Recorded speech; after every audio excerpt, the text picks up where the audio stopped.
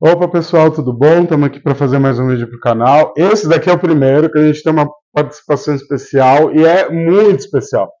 Eu estou aqui com a Daniela Pascoal, ela estuda comigo aqui no mestrado, ela topou fazer esse videozinho, porque assim como eu, ela acha que educação financeira é um tema que deve ser acessível, deve chegar para todo mundo, tá? E a Daniela é advogada, professora, especialista em seguro, especialista em gestão de risco, quer dizer, são credenciais muito sólidas que traz a Dani aqui com a gente hoje. Tudo bom, Dani? Como que você tá? Tudo bem, Luiz, e você? Obrigada pela oportunidade Tudo de jóia estar também. aqui no canal Educação Financeira para Todos. Eu que agradeço a sua presença, Dani. Conforme eu falei, é muito ilustre. Estou realmente muito contente de estar aqui participando com a gente hoje. Eu Tá que bom? agradeço. Então vamos lá, Dani, vamos começar. Geralmente, quando o pessoal começa a pensar em investimentos, até aqui mesmo no canal, né, eu já mostrei como funciona uma planilha. Como é que você vê mais ou menos esse caminho?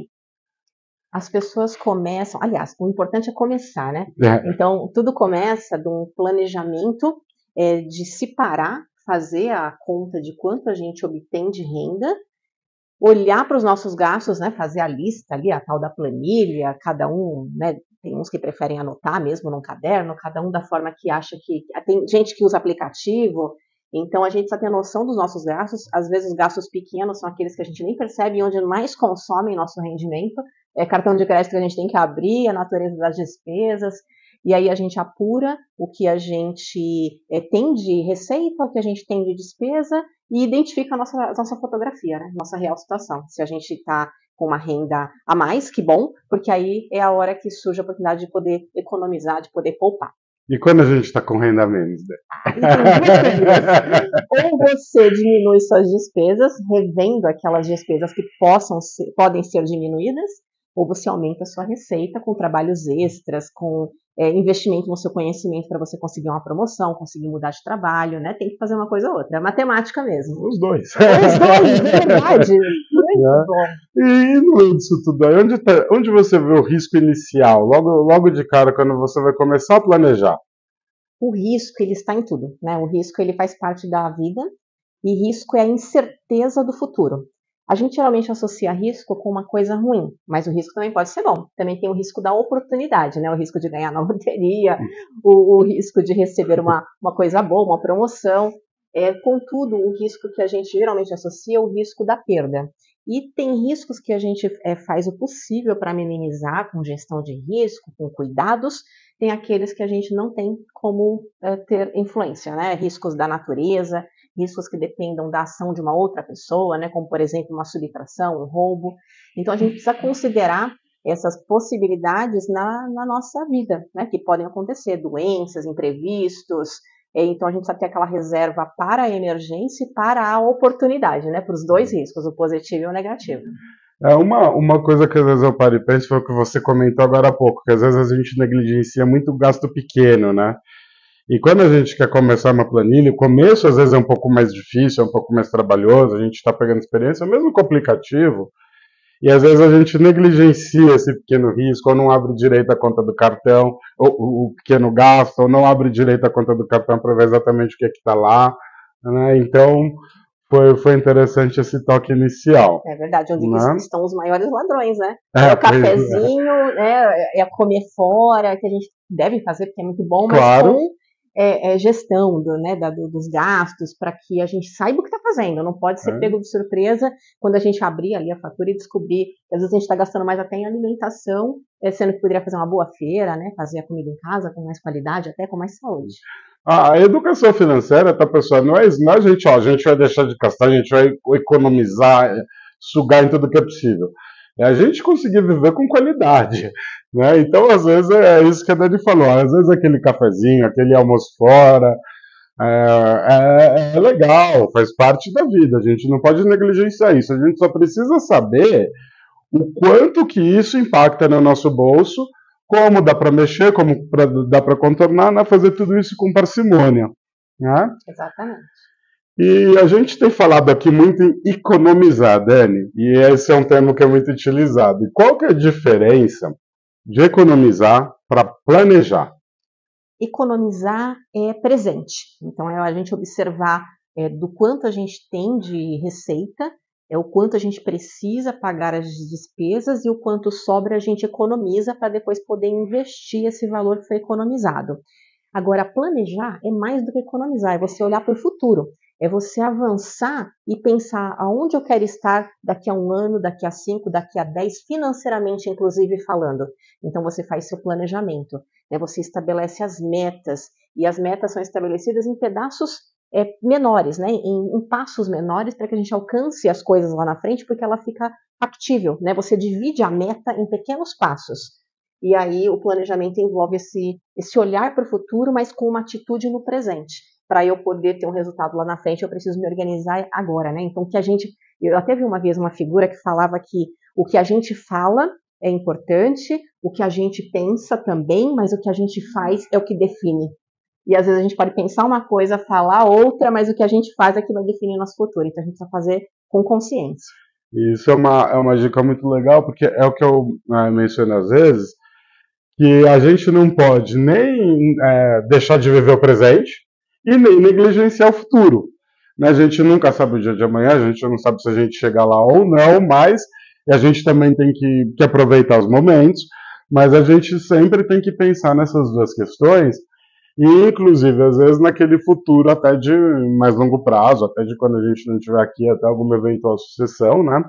Então, o impacto de uma proteção financeira na vida das pessoas, Dani, você que trabalha com isso diretamente, o que você vê, o que você pode passar para o pessoal de dica?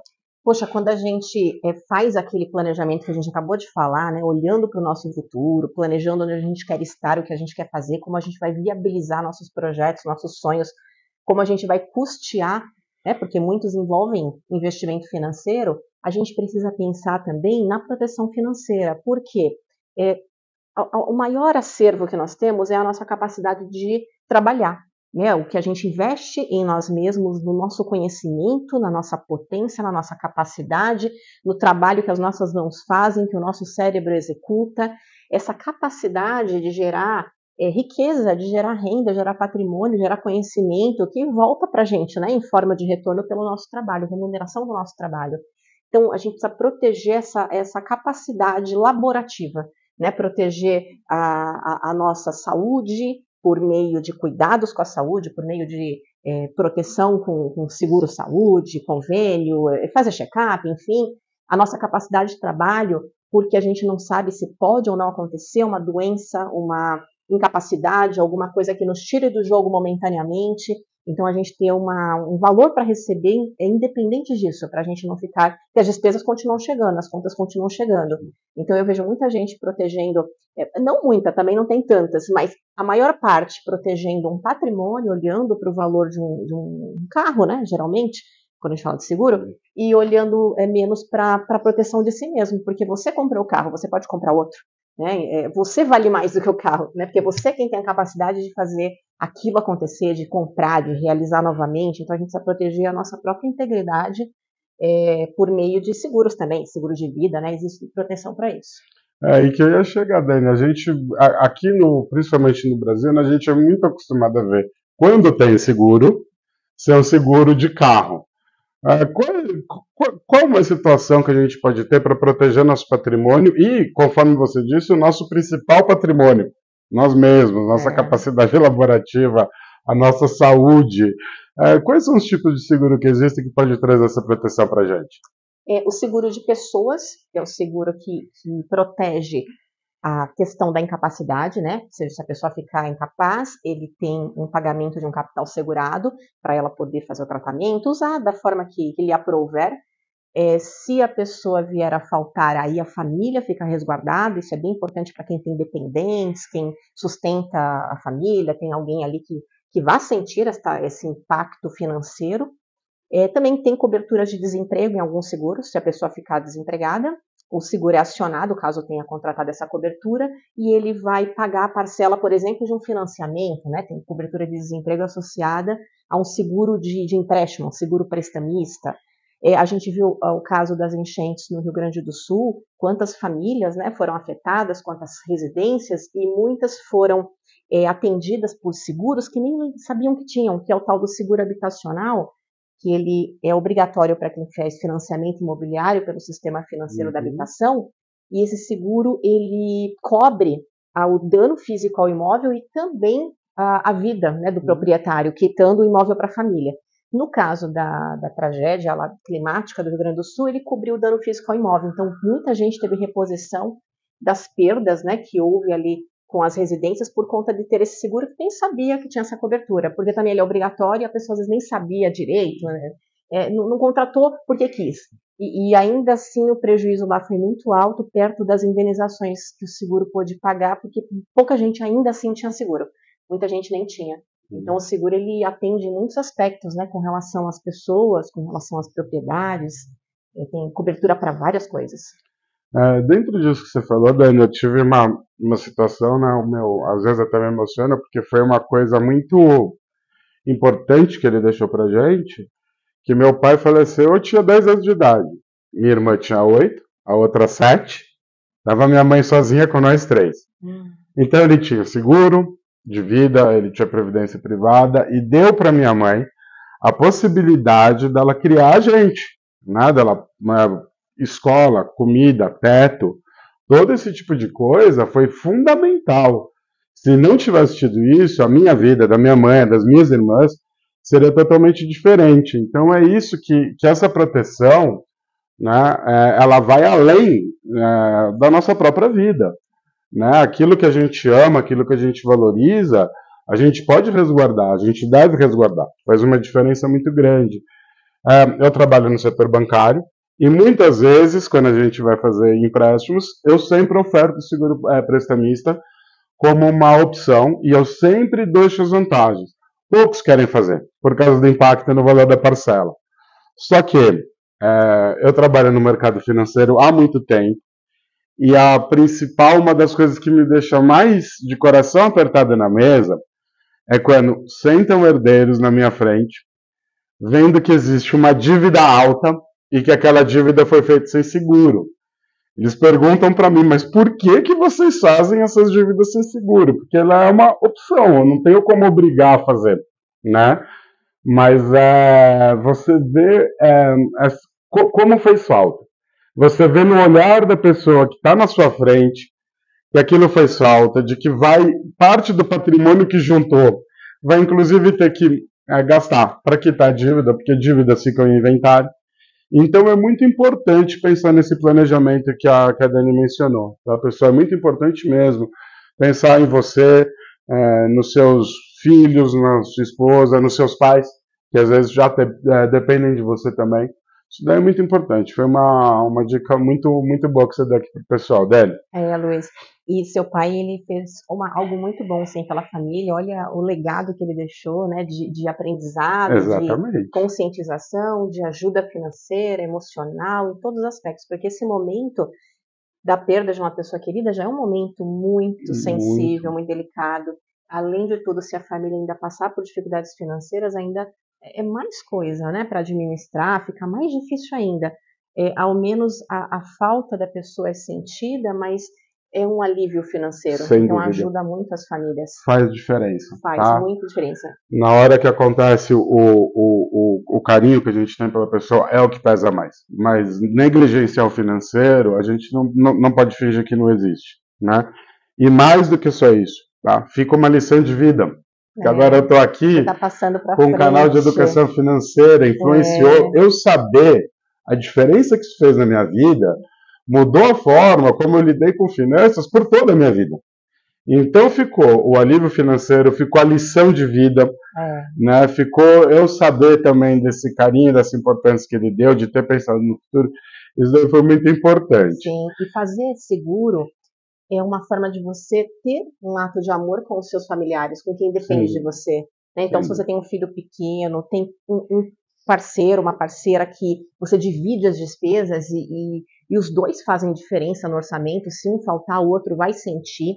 Ou se você sustenta pai, se você sustenta algum sobrinho, um amigo, né? Se você tem alguém que depende economicamente de você, a gente tem que preparar as pessoas para a nossa ausência também, ensiná-las a pescar. Mas às vezes são pessoas que ainda são pequenas ou são idosas, né, pequenos, como foi o caso dos seus irmãos, o seu caso. O meu? Então, é um ato de amor e de responsabilidade. Né, nós que somos aqui da área de seguros, temos amigos que não são da área, e a gente pergunta, poxa, você teve um filho pequeno agora, você fez uma proteção para ele, né, um seguro, e a pessoa, não fiz, não vou gastar com isso. Nossa, dói no coração, porque a gente não sabe o dia de amanhã. Né? Pode acontecer com qualquer pessoa, e não é um valor tão alto. Né? O automóvel é mais caro, o vida é mais barato, então a gente precisa divulgar mais para que as pessoas protejam as suas famílias e protejam também a si mesmas, porque também tem cobertura em vida, né? Tem as assistências, tem a questão da incapacidade, do desemprego, tem coberturas para usufruir em vida também. Até falando em assistências, o próprio seguro residencial, tá? Esse que é o obrigatório na contratação do financiamento, ele inclui danos estruturais ao imóvel e inclui a morte, né? A ausência de um dos participantes da composição de renda. Agora, o seguro residencial, ele te dá eletricista, te dá encanador, te dá uma gama de serviços que você opta na contratação e que às vezes 1 ou 2 usos, você já paga o ano inteiro de seguro residencial. É verdade. Detetização, limpeza da caixa d'água, vai ver quanto custa. E vai ver se isso inclui no seguro e como é que fica. Quer dizer, você consegue ter aí né, tirar benefícios em vida, benefícios. A gente faz seguro, às vezes, pensando em não usar. Né? Acho que até por isso que tem esse mito, já não vou gastar com isso. Porque todo seguro você faz pensando em não utilizar. Mas as assistências você faz pensando em usar, tá? E são muito úteis. Eu mesmo uso bastante. Então, fica a dica. É verdade. E a gente está falando aqui muito da vida pessoal da gente, né? Agora tem muita gente que é empreendedor, tem muita gente que tem empresa. E que tipo de proteção que essas pessoas podem ter para o negócio delas, Dani? Poxa, imagine, né? A gente até estudando aqui no nosso doutorado, a gente vê professores falando de empreendedores que assumem muito risco, porque aqui a gente aprende em finanças e investimentos a diversificar os riscos para você não colocar os ovos numa única cesta, né? Então, quando você investe com pessoa física, eu estou dando uma volta, mas já vou chegar lá. Quando você investe com pessoa física, você coloca em lugares diferentes, aplicações diferentes, que se uma cai, outra sobe, né? Aquela correlação. Agora, quando a gente fala do empreendedor aqui no Brasil, e acho que 70% são microempresas, PMEs, né? Pequenas e médias empresas, então é uma potência, né? Muita gente empreendendo. O nosso empreendedor brasileiro, nós, né, empreendedores, de certa forma, às vezes ficamos com o risco concentrado num único cesto. Geralmente os empreendedores, né, médios e pequenos, ele só tem aquela empresa, ele não cuida de várias, ele não é investidor alto, né, que tem muita grana, que tem um monte de investimento em várias empresas e que pulveriza o risco empresarial. Ele está concentrado também. Então imagina, de repente a pessoa trabalhou CLT, pegou a rescisão, montou um negócio e colocou tudo ali, o dinheiro de uma vida. Imagine se pegar fogo. Imagina não ter seguro, gente, não é difícil. Né? Eu tenho um amigo que tinha, né, um buffet que ele montou para fazer festas, eventos, buffet lindo, reformou e pegou fogo. Do nada, à noite, ninguém sabe, acho que foi dano elétrico, pegou fogo em tudo, veio tudo abaixo, ele perdeu tudo, mas ele estava com seguro. Ele tinha seguro. Seguro indenizou. Senão ele teria perdido o negócio, eu não sei como é que ele iria fazer. Ele ia recomeçar do zero. Que é perder tudo também. Essa questão da concentração, a gente concentra quando falando de empresa, não pensa nisso, porque às vezes é um valor maior também do que a pessoa física, né? Então, as empresas precisam também ter uma gestão de riscos mínima, um seguro de incêndio, responsabilidade civil, se ela causar um dano para um terceiro, ela pode ser processada para ter que responder pelo dano para o terceiro, até pelos atos dos empregados, porque o empregador responde por responsabilidade objetiva pelos danos causados pelas pessoas que estão sob a sua responsabilidade, que são os prepostos, os funcionários. Então, tudo isso, né, responsabilidade, o risco da natureza, o risco de uma subtração, um roubo, tudo isso aí pode estar protegido com seguro.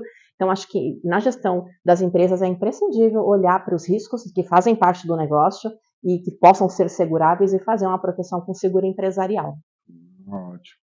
E quando as pessoas vão contratar seguro? Qual que é os principais erros que você vê? Quando a pessoa pensa em seguro, decide que vai contratar, conhece pouco, chega lá e erra aqui.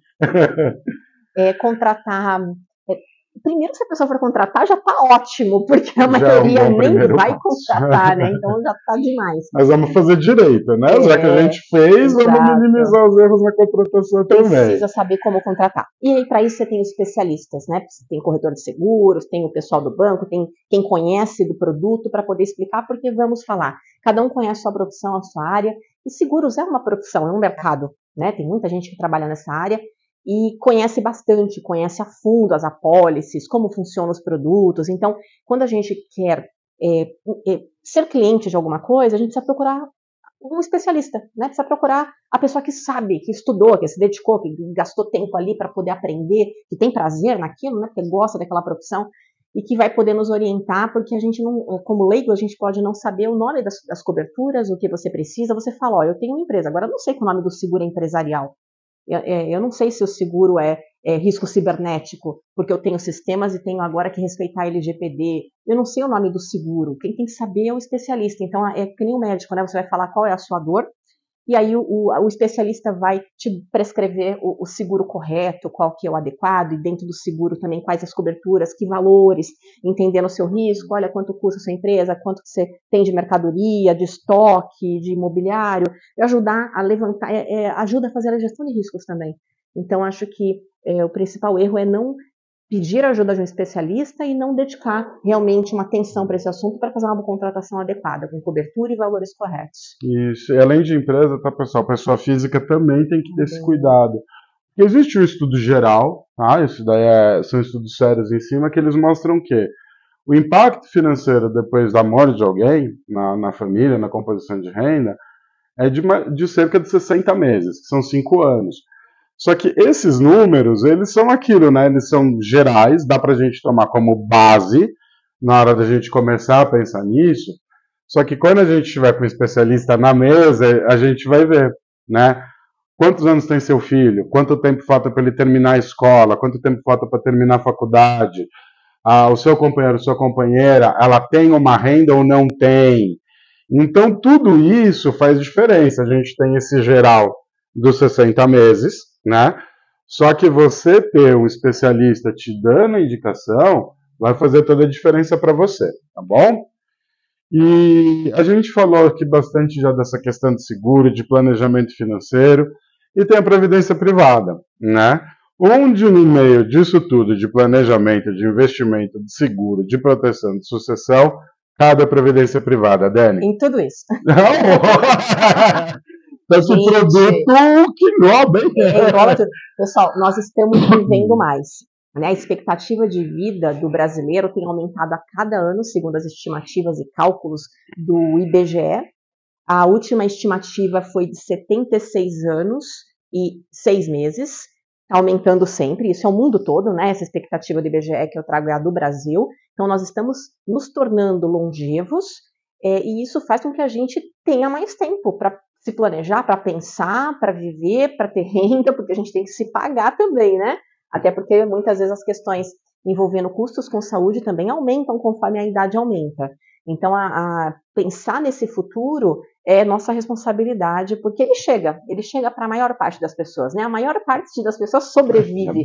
E é o risco bom, lembra que a gente falou? Tem risco bom e risco ruim? O risco bom é o risco de sobreviver. Para esse risco também tem cobertura, até para ele, né? Então é um produto de previdência. Então o produto de previdência é você, né, enquanto você está aqui no presente, guardar um pouco da sua renda, você estabelece o valor, então você economiza esse valor da sua renda no presente, todo mês vai guardando num produto de previdência. Aí esse produto aplica o seu dinheiro num fundo de investimento de previdência que você escolheu, de acordo com o seu perfil, se você é a pessoa mais conservadora, que é um investimento mais conservador, se você é mais arrojado, tem lá para todos os perfis. Esse dinheiro vai rendendo, né, de acordo com o mercado, vai acumulando ali os juros, e aí juros compostos, quando a gente olha ao longo do tempo, faz uma tremenda diferença no saldo. Se a gente olhar um tempo longo, o valor que a pessoa acumula do que ela investiu é muito menor do que os juros que rendeu. Então, assim, isso é que é legal, né? A mágica dos juros compostos, né? Então, a pessoa está com juros a favor dela, porque ela está colocando dinheiro para render, né? Para aumentar ali. E aí, depois, lá no final, quando ela escolhe uma data que ela quer se aposentar, ela tem um saldo acumulado que ela pode transformar numa renda e receber complementar ao INSS, que passou por reformas agora em 2019, talvez haja outras. Talvez. Talvez não, né? Eu acho que vai ter, com certeza. Então, né? E essas reformas diminuem o valor dos benefícios, aumentam a idade mínima para aposentar, cada vez uma mudança que vai ficando mais tarde a gente conseguir se aposentar pela aposentadoria pública, porque estamos vivendo mais para poder ter dinheiro para financiar o sistema de seguridade social. Então, daí a nossa responsabilidade hoje de pensar em complementar, que no passado o pessoal não precisava, né? Lá no passado existiam muitas pessoas nascendo, financiando a Seguridade Social com contribuição, com INSS, e pouca gente aposentava e as pessoas morriam cedo, né? Então não saía tanto dinheiro quanto entrava. Agora inverteu, agora é menos crianças nascendo, mais pessoas vivendo e agora a conta inverteu. Então agora tem a reforma e aí a gente precisa fazer a nossa parte de poder se preocupar e guardar. E você falou da questão sucessória que a Previdência também atende. Por quê? O dinheiro que a pessoa guarda na Previdência não entra no inventário. Então, não vai precisar passar por advogado, pelo tribunal, aguardar o prazo, né, para poder fazer a partilha, pagar o imposto de transmissão de herança, o ITCMD. É uma forma da pessoa já deixar um recurso líquido disponível para a família, até para tocar o inventário dos demais bens que a pessoa deixar. Então, sempre é bom deixar um dinheiro reservado numa previdência, porque em 30 dias corridos ele é liberado para a conta corrente do beneficiário que foi indicado, ou dos beneficiários se a pessoa indicar mais de um, e não precisa de advogado, não paga ITCMD. Então, esta é a parte do planejamento sucessório que a Previdência ajuda as pessoas a fazerem. Ótimo. E algumas coisas aí que a gente já conversou até, inclusive, no canal, tá? Investimento em previdência privada, ele não tem come-cotas. Então, você não paga imposto em novembro e em maio, como é tradicional de diversos fundos de investimento, tá? Isso significa o quê? Que nessa ótica dos juros compostos que a Dani estava falando, em 10 anos, tá, você não teve 20 retiradas de dinheiro e eles continuam rendendo juros compostos. Isso é muito importante. Outra questão dos juros compostos, né, eu estava vendo para uma pessoa bem jovem me falando, mas eu sou muito novo, ela tinha uns 18 anos. Começa com R$100, que você começar com R$100 agora com 18 anos, é mais ou menos a mesma coisa do que você começar com R$1.000 quando você tiver 30 anos. É verdade. Tá? É essa a diferença. Não é que agora, eu vou gastar 100, lá na frente com 200 eu resolvo. Não. Né? Porque os juros sobre juros têm um poder muito forte. A gente já falou sobre isso em dívida, né? Porque quando você toma um empréstimo, eles te cobram juros sobre juros. Né? Ao contrário. Né? E aí, quando você tem essa possibilidade de você ter os juros compostos, usa ela. Usa desde o começo, nem que seja com valor inicial um pouquinho mais baixo. E outra vantagem de fundo de previdência, a Dani falou de diversos fundos, de diversos perfis, né? E isso muda ao longo da nossa vida. Às vezes, quando a gente é mais jovem, a gente é mais arrojado, quando a gente está com um pouco mais de idade, a gente quer ser mais cauteloso, ou às vezes essa curva cria uma barriga no meio da vida, cada um tem o seu perfil. Vantagem, às vezes, de fundo de previdência, que muitas empresas fazem, tá? Quando você entra, você abre um leque de uns 10, 20 fundos diferentes, e para você trocar entre esses fundos, não configura resgate. Não paguei. Então você aproveita esses seus momentos de vida, de você poder, agora eu quero ser mais ousado, agora eu quero ser mais conservador, né? E você também pode aproveitar situações de mercado. Agora estamos com uma Selic mais alta. Vamos ser mais conservador, eu vou correr risco para quê? A Selic cai e começa a render pouco. Fala, olha, tem uma oportunidade ali em multimercado, em alguma coisa um pouquinho mais arrojada, que pode me ser a cereja do bolo. Então, tudo isso é muito interessante da previdência privada, né? E o pessoal, às vezes, vê com um olhar muito, ou só como, um investimento, ou vê só como um olhar, é sucessório, e muitos ainda, como aposentadoria. Ele é tudo. Isso. Ele é tudo. Então, eu já tive cliente que me falou, nossa, Luiz, mas você está falando de previdência para minha mãe que tem 70 anos, ela já é aposentada. E daí, quando eu expliquei, quando eu expliquei a questão sucessória, fez sentido, né? Então, faz sentido para todo mundo. É um produto muito interessante e vale aquela máxima que a Dani falou sobre o seguro, tá? Sempre converse com um especialista e ele vai te falar direitinho. Mesmo porque na Previdência a gente tem 2 tipos de modalidade, que é o VGBL e o PGBL. E saber essa diferença é importante para esse planejamento que você faz. Conta pra gente, Dani, a principal diferença entre os dois. A principal diferença é como você declara o seu imposto de renda. Se você faz a declaração de imposto de renda anual de forma completa, que é aquela que você declara as despesas individualmente, despesas médicas, o convênio, despesas com instrução, na escola, faculdade, declara lá cada uma das notas, essa é a completa. Para quem faz a completa, vale a pena fazer o PGBL, porque assim como você deduz despesas médicas e com instrução, você também pode deduzir os valores que você contribuiu para a sua previdência PGBL no ano anterior até o limite de 12% da sua renda bruta. Com isso, a sua base de cálculo diminui e você vai pagar menos imposto todo ano. Agora, se você faz declaração de imposto de renda na simplificada, para quem não tem tantas despesas e usa a declaração no modelo simplificado da Receita Federal, que abate 20% da sua renda, né, com um limite lá de 16 mil e pouco, aí você faz o VGBL, já que é simplificada, você não vai deduzir despesa. Despesa não faz sentido você deduzir despesa com previdência, porque não tem como. A simplificada ela é fechada. Ou quem ainda nem declara imposto, né? Quem está isento, quem ganha abaixo ali do teto, que é obrigado a declarar. Aí, para não deixar de guardar dinheiro para o seu investimento, para a sua previdência, para o seu planejamento sucessório, faz o VGBL também. O VGBL também é indicado para pessoas que querem guardar mais do que 12% da renda bruta dela em previdência. Então, vamos supor que a pessoa quer economizar 20% do salário num plano de previdência para o futuro. Como o limite para ela abater no imposto de renda do PGBL são 12%, ela faz 12% no PGBL e pode também ter um plano VGBL. Você pode ter 2 planos, 3 planos, não tem problema. Quantos você quiser, não tem limite. Então, você faz o PGBL, contribui todo mês até 12% da sua renda bruta, e a diferença, se você quiser contribuir acima disso, você faz no VGBL, e aí você mantém os 2 planos. Só que eu preciso fazer uma ressalva. Em contrapartida, na hora de resgatar o dinheiro, né, se você precisar resgatar, porque o dinheiro da Previdência é seu, se você precisar resgatar ao longo do período que você está acumulando, você pode, tem regrinhas de carência, normalmente 60 dias, se acontecer alguma coisa com você, a sua família resgata também, o dinheiro pertence ao beneficiário que foi indicado. E aí, nesse momento de retirada do dinheiro, ou quando a pessoa realmente for se aposentar, e aí ela vai receber em forma de renda, então uma hora esse dinheiro vai ser retirado, uma hora ele volta de alguma forma, né? Aí nesse momento é imposto, porque a Previdência não é isenta de imposto de renda, ela é tributada. No caso do produto VGBL, a tributação do imposto de renda vai ser somente em cima do que rendeu. Igual investimentos dos fundos que a gente comparou aqui com Previdência. Agora, no caso do produto PGBL, o imposto de renda é sobre todo o montante, não só o que rendeu, como também o valor principal. Então, o que acontece? O PGBL, você paga menos imposto ao longo da vida, então você vai economizando, diferindo esse imposto que você pagou a menos na vida inteira, mas lá na frente, na hora de resgatar, ele tributa tudo. E o ganho que você tem é pelo tempo, porque você estava com o dinheiro na mão antes, e você pode pegar esse dinheiro, usar como você queira, ou até reinvestir em previdência. Isso faz com que os juros compostos aumentem mais. É o que a gente chama de diferimento fiscal. Né? Então, essa é a adequação. Produto PGBL para quem faz declaração completa.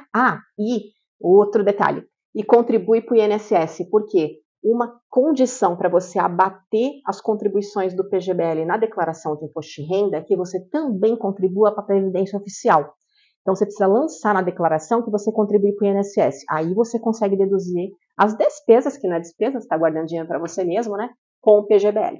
Os demais casos, aí o produto indicado é o VGBL, para quem não contribui para o INSS ou para quem não declara na completa. E olha a importância. Eu não sabia dessa questão de que você tem que contribuir para o INSS para deduzir o P. Né? Isso é muito importante. E para vocês verem também a importância da gente sempre conversar com o especialista, tá? Eu tenho uma pessoa muito próxima minha, muito mesmo, que ela pegou pelo aplicativo do banco, foi lá e fez uma previdência privada. Ela fez um PGBL. Que medo! E aí? Podia? Deu muito medo. Não, ela acabou, Dani, ela fez o PGBL, ela fez um valor muito acima de 12% da renda dela. Tá? E isso é por ano, tá, pessoal? Então, dentro de um ano, você pode pôr até 12%. Não dá para você pôr 36% e deduzir por 3 anos seguintes, tá? Tem que ser dentro do ano. Ela pôs muito acima. e ela resgatou depois de 3 meses, porque ela já sabia que ia usar o dinheiro em curto prazo. Não, ela foi mal orientada. Então, ela não foi orientada, ela não buscou orientação. Ela entrou no aplicativo, foi lá e fez. Não, fez a contratação ruim. Então, ela tirou muito menos do que ela colocou. Nossa. Teve alguma restituiçãozinha quando foi fazer a declaração de imposto de renda, mas ainda assim, perdeu dinheiro. Então, muito cuidado, porque tem muitos benefícios, mas tem que fazer da forma certa, para não ter essas surpresas desagradáveis pelo meio do caminho, né? Às vezes tem muito mito sobre previdência, um deles é causado exatamente por essa questão de você fazer a contratação errada de PVGBL. Outro mito é que eu pago muito imposto, tá? Só que o imposto que você paga, que nem a Dani falou, ele é concentrado no momento do resgate. No fundo, você tem a ilusão de que paga menos imposto. Porque você pagou, eu vou resgatar agora, tá? E agora a gente está em junho. Eu paguei imposto dia 30 de maio. Então o imposto que eu vou pagar no fundo é o que rendeu entre maio e hoje, é quase nada. Eu tenho uma ilusão que eu estou pagando pouco imposto, mas eu não estou. Porque eu paguei imposto agora em maio, eu paguei imposto em novembro. E tirou, além de eu ter pagado imposto, tirou da minha base de rendimento. Então de você não saber, de você ouvir, eu paguei muito imposto. Tá? Às vezes é num caso de uma contratação errada, PGBL, em vez de você ter feito o V. Aí o V seria legal para ela? Seria muito legal. Tá? Ou você não ter você deixou o dinheiro lá um bom tempo e você acabou. Se você teve um imposto alto, é porque você teve um rendimento alto também. Isso é um bom sinal. É bom pagar imposto, né? Não, sinal que você tem dinheiro. Mas. Tá? Você cria essa ilusão de que no fundo você paga pouco imposto, quando na verdade você não está pagando, você está pagando muito imposto e tirando da sua base de rendimento futuro. E uma comparação com fundo de investimentos e previdência. Nos fundos de investimento você tem uma tabela de imposto de renda conforme o período de aplicação, que de 22,5 chega até 15, né? Chega a 15. Depois de 2 anos, o mínimo, menos que isso não existe. No mínimo, você vai pagar 15% em cima dos rendimentos se você deixar lá o vencimento ali, se você contratar um título com mais de 2 anos de vencimento e não resgatar antes. Agora, na Previdência, tem 2 tipos de impostos. Tem a tabela progressiva e a tabela regressiva. A tabela progressiva é igual à tabela dos salários. Conforme o valor, a alíquota vai aumentando. Tem até um certo valor que é isento, depois vai aumentando de 7,5%, até chegar em 27,5% e tem uma parcela fixa dedutível, é a tabela de salário. E aí quando a pessoa usa essa tabela, quando ela vai fazer o primeiro resgate dela, ela escolhe qual tabela que ela quer. E aí fica essa tabela no plano dela, fica lá carimbadinha. Ou quando ela vai receber a primeira aposentadoria. E aí essa tabela é progressiva, conforme o valor aumenta, o imposto aumenta. Mas se a pessoa escolher a tabela regressiva, que é uma outra tabela que o governo criou depois da existência da progressiva, para incentivar as pessoas a guardarem dinheiro por mais tempo, essa tabela regressiva, como o próprio nome diz, ela regride, o imposto vai diminuindo conforme o tempo de acumulação. Então ela começa com 35, então é muito, né? Para quem tem a regressiva, não pode resgatar logo no começo. Se quiser, pode, é claro, o dinheiro não está preso, mas você vai pagar muito imposto, então não vale a pena. Agora, para quem deixa lá, quem tem um planejamento mesmo de médio ou longo prazo, porque a reserva de emergência está em outro lugar, não vai precisar mexer na Previdência, se você passar de 10 anos, todas as contribuições com mais de 10 anos de aniversário vão ser só tributação de só 10% de imposto. Ao passo que no fundo de investimento normal, né? Não que a previdenciária normal, no outro lá, o mínimo é 15. Né? Então, se você comparar 15 com 10, se você pegar uma regressiva e passar dos 10 anos, você acaba tendo menos imposto no final. É mais uma outra vantagem também. E duas questões interessantes sobre isso, tá? Eu já fiz esse cálculo. Então, se você paga um fundo e uma previdência rendendo a mesma coisa, 10% ao ano, ao final de 10 anos, o seu líquido que você vai tirar é 20% a mais na Previdência do que no fundo. Olha. Por conta do Come Cotas, tá? E por conta de você estar pagando 10% de imposto 10 por 15. Em vez dos 15%. O negócio então é 20% de diferença. O dinheiro rendendo. Uma outra coisa, às vezes a gente faz esse planejamento, a gente tem, principalmente no Brasil, a gente tem muito medo de planejar para o futuro. A gente olha e fala, 10 anos é muito tempo. Só que quando a gente fala 10 anos para trás, parece que foi ontem. Então tem uma dica que é sempre importante a gente separar, né? E a importância de você pensar no futuro é o seguinte: quando a gente está falando em VGBL, fundos de investimento, a gente está falando de imposto sobre rendimento, tá? Então você fez um planejamento para o futuro, você teve uma emergência que acontece, teve que usar o dinheiro agora, está numa regressiva e teve que pagar 35% ou 30% de imposto. É sobre o rendimento. Então, em 2 anos. Isso, boa. Então, em 2 anos, a sua camada rendimento é pequena em relação à sua camada principal. Boa. Tá?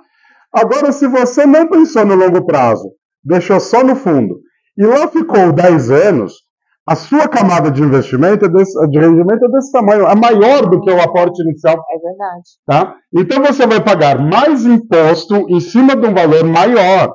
Ou seja, é muito importante planejar a longo prazo, porque caso alguma coisa dê errado, a gente não quer sair do planejamento, mas a gente precisa sair, isso acontece, só que a sua penalidade é muito pequena, porque no começo o valor montante do rendimento é menor. Vai crescendo. Então, muito importante você considerar o futuro sabendo disso. Se eu precisar no começo, eu vou me dar mal? Não, tá? Além disso, agora você tem aquela outra saída de escape. Antes você pensava na regressiva ou na progressiva, na entrada do plano. Agora é no primeiro resgate. Verdade, a lei acabou de mudar, gente. Então, isso. Então é bom, você sabe, demais. É bom demais. É uma lei que veio muito boa. Quem já possuía a Previdência antes da lei, a lei retroagiu e beneficiou todo mundo. É isso aí, tá? Muito bom isso. Então, o que acontece? Às vezes você teve uma emergência em 2 anos, tá? Mas você sabe que, olha, foi uma emergência, eu tenho outras coisas, eu não vou continuar gastando, não vou continuar usando. Às vezes faz sentido você fazer na regressiva do mesmo jeito. Quando te mostrarem as 2 tabelas, vai falar, agora é mais vantajoso você fazer na progressiva. Mas se você vai continuar com o seu planejamento de longo prazo, não pensa só no momento. Né? Fala, olha, eu vou fazer na regressiva do mesmo jeito, porque a minha ideia é que esse restante do valor fique mais tempo. E repito, se não ficar, a diferença que você paga no começo é menor, porque a sua camada de investimento, na rendimento, é menor dentro do investimento como um todo. Né? São essas situações que a gente vai... Por isso que é sempre importante, tá? Conversar com o seu especialista. Na hora de entrar, na hora de resgatar, na hora de fazer os planejamentos, é sempre muito importante você conversar com alguém. Porque, por exemplo, eu estou aqui, trabalho num banco faz tempo. Estou aqui conversando com a Dani agora, e agora eu descobri que um dos quesitos do PGBL é exatamente você também contribuir com o INSS. Exato. Olha só, todos os casos de PG que eu peguei sempre contribuíram, mas eu nunca me atentei a isso. Você deve ter lidado muito com pessoas CLT que contribuem, então, né? Como eu também tenho clientes empresários, e nem todos tiram prolabore, às vezes eles tiram lucro, e aí isso nem é tributado, e eventualmente eles podem pagar como facultativo o INSS, mas podem não pagar. E aí eles falam, poxa, mas eu poderia fazer previdência? Sim, faça um VGBL. Aí para você é o produto mais adequado. Então, quando a gente tem viés, às vezes, do universo que a gente convive, né? Exato. E quando eu saí de banco também, que eu trabalhei em seguradora, que eu fui abrindo a mente, que hoje eu faço consultoria, tenho uma corretora de seguros, e hoje a gente atende clientes assim, de vários nichos. Então é aí que eu aprendi isso também. E aí a gente conversou sobre tudo isso, e muitas pessoas veem um investimento em previdência e seguro como gasto. Como é que você olha para isso tudo, Dani? Você vê esse tipo de despesa como gasto? Nossa, muito pelo contrário. Opa. Previdência já não é gasto, é investimento. O dinheiro é seu, você pode tirar depois, né? Então você está investindo para você mesmo. Então esse é o melhor gasto que tem, entre aspas, né? E é que vai voltar para você. E o seguro está comprando proteção. E é claro, ela tem que ter um preço, porque o seguro, a gente fala que é um mutualismo, né? Todo mundo que tem medos parecidos, dores parecidas, né? Então eu tenho receio que aconteça um risco comigo, com o meu patrimônio, e o outro também tem, então a seguradora junta todo mundo nesse mutualismo, cobra um valor pequeno de cada um, que é o valor do seguro, o valor do prêmio, administra essa grana, faz cálculos estatísticos de probabilidade de sinistro para saber daquele montante quantos vão ter realmente perdas, porque historicamente, estatisticamente, atuarialmente, dá para fazer essa conta, não é sorte, azar, nada, isso é tudo calculado, né? Tem ali matemática em cima, matemática atuarial. Eles também tem especialistas, tá? Isso, né? Atuários, é uma faculdade, né? Ciências atuariais que calcula o risco. E aí a gente, quando precifica um seguro, consegue saber, não quem vai ter o sinistro, né, na pessoa física, na pessoa jurídica, mas consegue saber o número, o montante de sinistros. E aí o dinheiro que se cobra do prêmio para toda aquela massa segurada, ele cobre todos os sinistros que vão acontecer, porque eles já estão precificados, cobre as despesas administrativas da seguradora, cobre o valor da área de comissionamentos, corretores, o lucro da seguradora, está tudo precificado para dar certo, para não quebrar, para ter dinheiro para pagar todo mundo. Então você paga um valor muito pequeno para ter uma proteção muito grande que você pode ser a pessoa que vai usar. A gente nunca sabe. E quando for usar, o valor que você vai receber é muito maior do que o que você pagou. Né? O risco que a seguradora vai bancar é muito maior do que o prêmio que a gente paga todo mês. Né? Mesmo somando os prêmios mês a mês, dificilmente você alcança o valor, às vezes faz um seguro de vida de 1 milhão, né? E paga um valor muito, muito menor que esse. Então você está comprando uma tranquilidade. Eu vejo como um investimento também e uma proteção de algo até maior, porque imagina uma empresa que vale 5 milhões, né? E você não tem seguro nenhum, você vai perder 5 milhões no incêndio, que se propaga em minutos. E até sobre isso que você falou agora, de você não, usando dinheiro, você não juntar, dentro de previdência privada, você às vezes tem os benefícios de risco, que você contrata uma pensão para filho, para cônjuge. E eu já fiz os cálculos, tá? Quando você entra, e isso serve até para pessoas que estão com idade mais avançada, tá? Você contrata ali uma renda de 10 mil reais por 20 anos. O que você vai pagar de parcela, você teria que juntar por uns 200 ou 300 anos para dar esses 10. Então, dentro desse cálculo que a seguradora faz, tá? O que ela conta também? Por que ela paga? Qual que é a mágica? Desistência. E a gente desiste, às vezes, por vários motivos. Às vezes você chega e fala, olha, eu estou num momento de vida que a proteção que o meu filho vai gastar é menor, então você diminui esse valor de parcela, faz sentido. Ou você desiste de pagar. Quando você desiste de pagar... Ficou. Então, faça o planejamento e não desista, porque mesmo o filho com mais idade, às vezes uma renda, às vezes alguma coisa, ajude, às vezes você está realizando sonho. Então, a gente estava falando aqui em gastos, às vezes isso daí te dá uma liberdade terrível. Então, dá uma liberdade, de repente, para um filho seu, até com um pouco mais de idade, tá? Que chega e fala, olha, então eu estava pensando em fazer aquela transição de carreira, mas o momento financeiro não era adequado. Agora né? Ou para os seus pais, que estão com um pouquinho mais de idade, e de repente chega e fala, agora eu posso fazer uma viagem dos sonhos. Imagina você deixar para alguém, né, 300 mil, 400, 500, 1 milhão, 2 milhões. Uma renda de 10 mil, que algumas 20 mil pessoas por talvez mês. Nunca conseguissem juntar por conta própria. A importância da renda mensal também é aquilo, tá? Às vezes acontece alguma coisa, nosso filho tem 18 anos, ele quer um Porsche, uma cobertura e o dinheiro acabou com 1 ano pagando imposto. Na renda mensal, não. Então, quando você tem uma renda de 10, 20 anos, tá? Né? Você tem o principal que chega ali na hora, que auxilia naquele momento, mas você garante aquele planejamento mais cuidadoso que você fez. Que é aquilo, a gente muda muito o nosso pensamento conforme o nosso ciclo de vida, e quando a gente é mais jovem, a gente tende a ser um pouco mais imediatista, né? Por incrível que pareça, a gente é jovem, tem um tempo pela frente, a gente é imediatista, a gente né? É jovem. Pois é. Mas são todas as formas que dá pra gente fazer para se proteger. E agora, Dani, pra gente terminar, qual o conselho que você dá para quem está começando agora?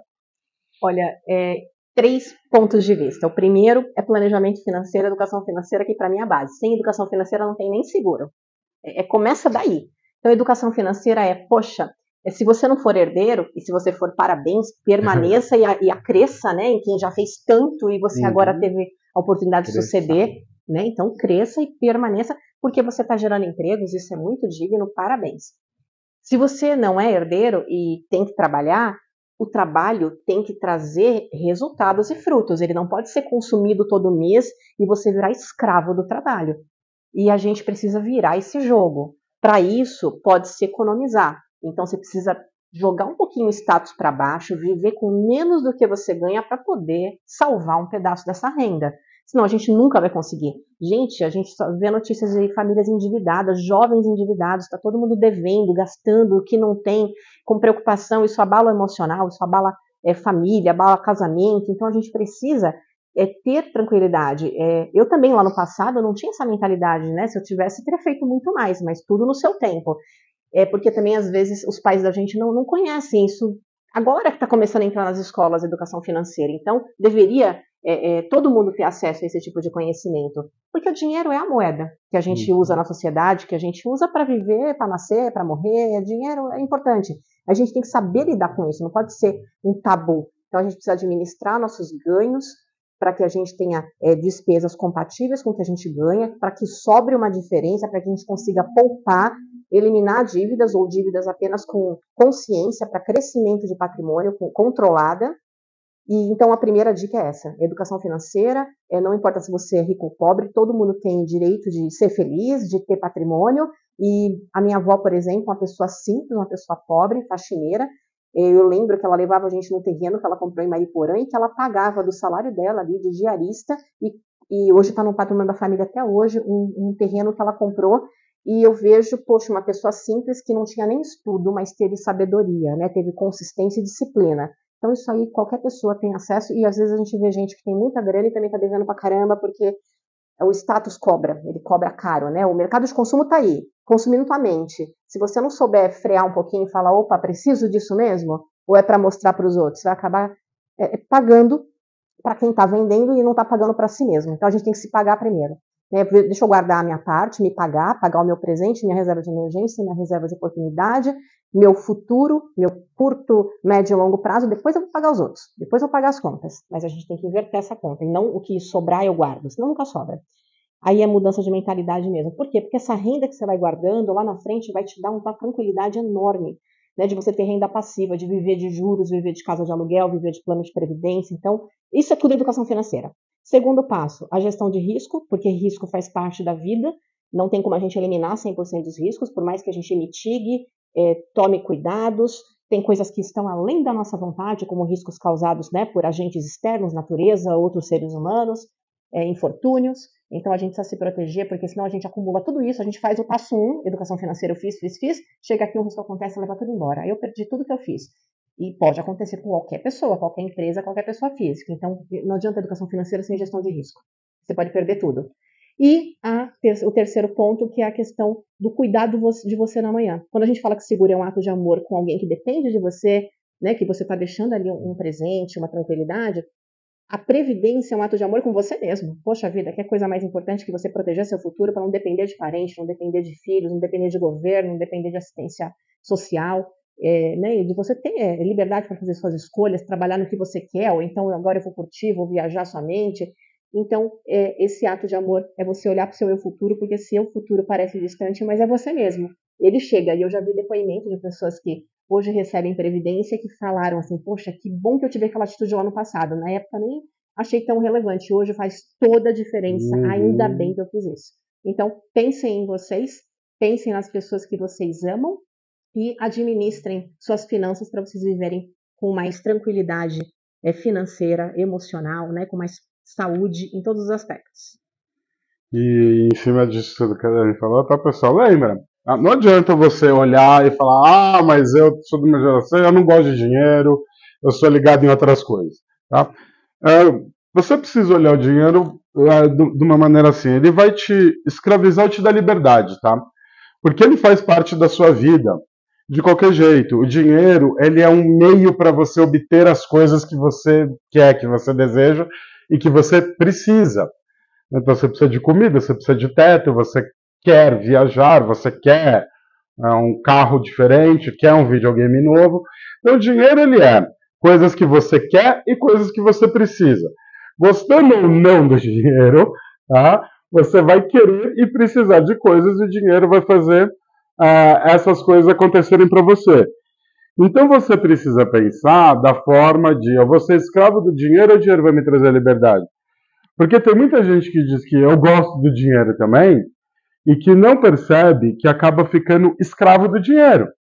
O dinheiro pode escravizar quem gosta dele, quem não gosta dele, e ele pode trazer liberdade para esses dois tipos de pessoas também. É você entender o funcionamento, tá?